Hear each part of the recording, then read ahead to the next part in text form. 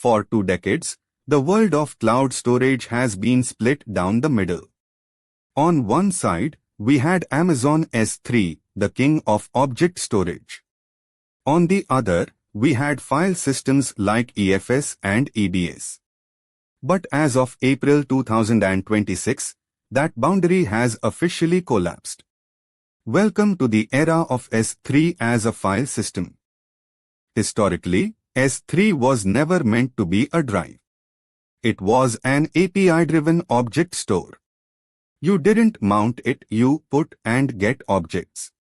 While this made it infinitely scalable, it also made it difficult to use for legacy applications that expected a traditional file hierarchy.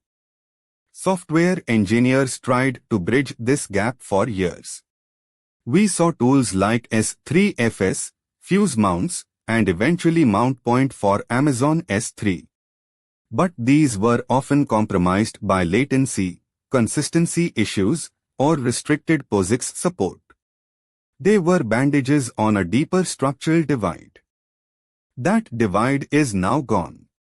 AWS has launched Amazon S3 Files, a fully managed, native NFS interface for your S3 buckets.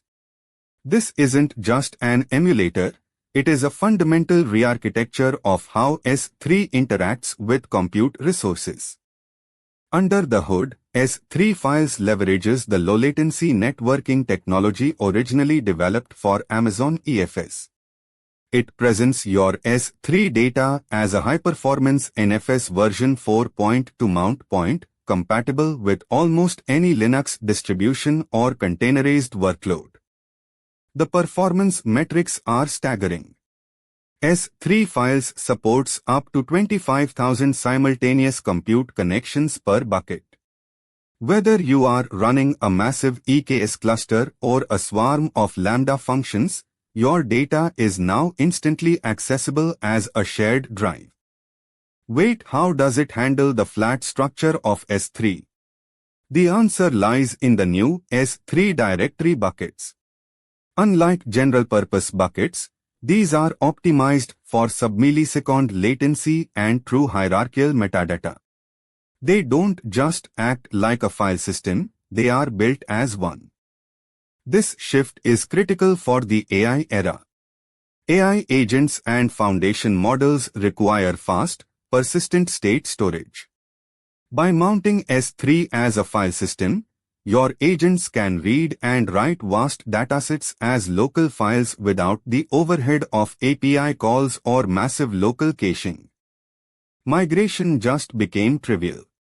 If you have legacy on-premise applications that rely on shared storage, you no longer need to rewrite them for S3 APIs.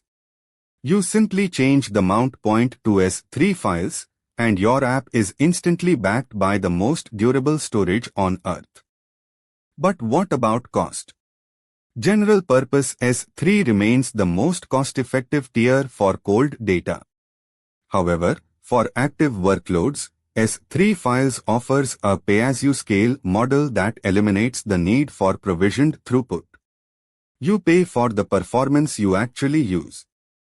Security is handled natively through IAM. Because it's a native AWS service, you can control file-level permissions and access points with the same fine-grained policies you use for S3. It's the perfect blend of POSIX convenience and cloud-native security. The cloud is no longer just a collection of services, it's becoming a unified, intelligent platform. S3 as a file system is the missing piece of the puzzle. The question isn't if you'll migrate, it's how much faster you'll build once the storage limits are gone. Subscribe to @Cloud Decoded for more.